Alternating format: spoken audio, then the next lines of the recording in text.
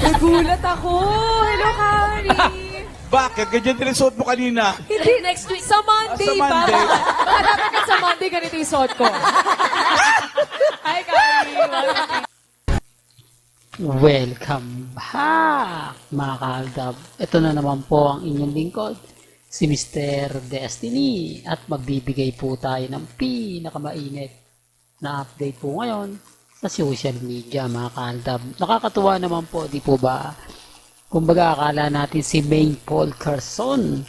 Diba? Well, pag-usapan natin ngayon ang Eat Bulaga dahil namamayagpag po ngayon ng Showtime. Diba? Kaya nga sabi ko sa inyo, konting kembot na lang, talagang mararamdaman na ito ng Eat Bulaga. Kita nyo kung kumbaga yung suot ni Mengay halos pare-parehas lang, di po ba? Tape lang po kasi yung Monday to Wednesday. At pagka Thursday hanggang Saturday naman po, dun lang po sila nagla-live. Matagal na po yan. Kaya lang yung iba hindi po alam. Yung mga baguhan pa lang po sa Eat Bulaga. Pero yung mga veterano po, alam na alam yan. Kaya nga po yung mga komento ngayon na kailangan na nga po talagang magbago ng Eat Bulaga. Totoo naman po hindi po lahat ng segment ng Eat Bulaga click, yung iba po boring. Hindi matanggap yun Sinasabi nila, hindi, basher ka lang diba? Basher ka lang, kaya sinasabi mong kumbaga hindi maganda o kumbaga ibig kong sabihin nasa dulo ng dila natin, mga kaaldab, na hindi nga talaga maganda ka, hindi nga talaga may araw na kaaya-aya. Di po ba? Tama naman po yung mga nagiging komento sa social media. Kailangan po maghanap sila ng bago. Yung tipong aabangan simula Lunes hanggang Sabado. Wala O yung kita nyo yung Showtime, magpasikat ka.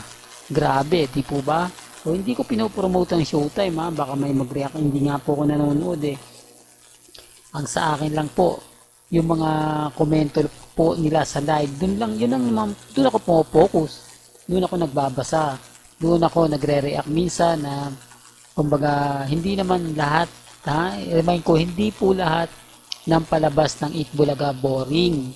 May mga araw din po kasi na mga talagang parang hindi maganda yung mood, hindi maganda yung parang kulang na kulang sa energy. Hindi po katulad ng Showtime na kapag dumating yung inaabangan, nag-iiba.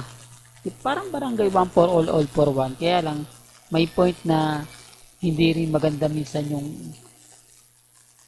yung segment, yung kumbaga pinapakita, di po ba? Kaya ang sabi ko sa inyo, magbasa po kayo ng mga komento. Doon nyo malalaman kung ano nga po ba talaga yung kulang. Kung ano nga po ba talaga ang hinihiling ng mga Eat Bulaga lovers. Sila po talaga yung nagsasabi. Sabi ko nga po sa inyo, hindi naman po galing sa akin At paulit-ulit ko pong pinapahayag sa inyo na lahat po ng mga sinasabi ko rito, pinapaliwanag ko, galing din naman po sa social media. Galing naman po mismo sa mga Eat Bulaga fans, Main Fanatics fans. Lahat po ng mga kumbaga sinasabi at pahayag po nila, yun lang naman po yung sinasabi at pinapaliwanag ko. Depende na lang po ito sa mga magre-react at magkokomento kung ano yung sa palagay nila, kung ano po yung sa tingin po nila, di po ba? Pero bago natin ituloy itong magandang update na to, kung bago ka lang sa channel na to at isa kang true-blooded Aldab Nation na nagmamahal kina Mengay at Isoy, tama po ang channel na pinuntahan mo, kaya consider na po kitang bagong subscriber. At huwag mong kalimutang i-share ang mga video po natin sa mga mamis, sa mga titas, at sa mga senior. Ulitin ko lang po sa mga bumabatikos po sa channel ni Mr. Destiny, wala pong problema yan, mga kaaldab. Normal lang po para sa akin yan. Kasi sinasabi nilang hindi daw po nagtitrending ang Aldab. Gawa-gawa lang po daw natin yan. Mga dami account lang daw po ni Mr. Destiny yan. Kaya nagtitrending, kaya pinag-uusapan.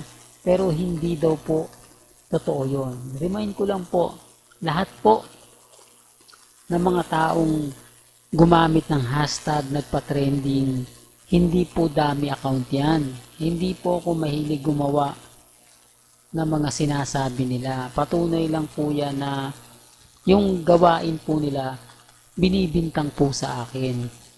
Yung, kumbaga, normal na ginagawa nila, kumbaga sa atin, kasi sabi ko nga po sa inyo yung cut din. Hindi po ba karamihan dyan, dami account lang? Hindi po ba yung mga nagpo-post minsan, kung titignan nyo, parang wala namang gana, pero nagtitrending? Paano po nagbabayad sila? Nagbubus sila ng mga halagang 500, mahigit 2,000 na po makakakita.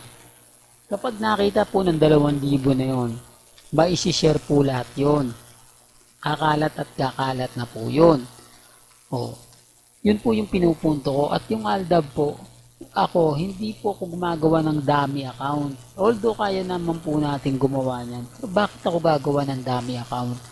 Bakit ako gagawa ng mga bagay-bagay na kumbaga magsasabi na papabor sa atin? Kahit hindi po ako gumawa, magte-trending at magte-trending kasi marami po naniniwala kina Richard Polkerson at Maine Polkerson. Yan po yung totoo.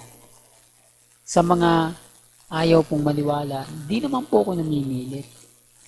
Di po ba? At dito po sa channel ni Mr. Destiny, wala naman pong pilitan. Wala naman pong, kumbaga, sinasabi ng ganito, sinasabi ng ganyan. Kaya ang sabi sa inyo, relax lang po kayo. Maging matatag, maging kampante. Malay nyo, di po ba? Bukas na makalawa, mag-iba na yung aura. Di po ba? Na dating, kumbaga, sinasabing ganito, sinasabing ganyan. Kaya nga po, relax lang po kayo. Kaya sa susunod na mga update natin, sa mga ganap natin, 100 po tayo laging, kumbaga, updated. Lalo na nga po, yung mga batang, kumbaga, laging ganito, laging ganyan. Diba? Kaya sa mga ganap po kina Mengay at kay Alden, relax lang po kayo. Tutok lang po kayo lagi dito para updated po kayo sa mga bago at sa mga latest na i-upload po natin. Hanggang dito na lang po ang ating latest updates. Kaya kung gusto nyo pa po ng pinaka-latest at sariwang update, abay tumutok lang po kayo dito po sa channel ni Mr. Destiny para updated po kayo sa mga latest at sa mga bagong video po na ilalabas po natin maya-maya lang. Hanggang sa muli, salamat po sa panonood at pakikinig.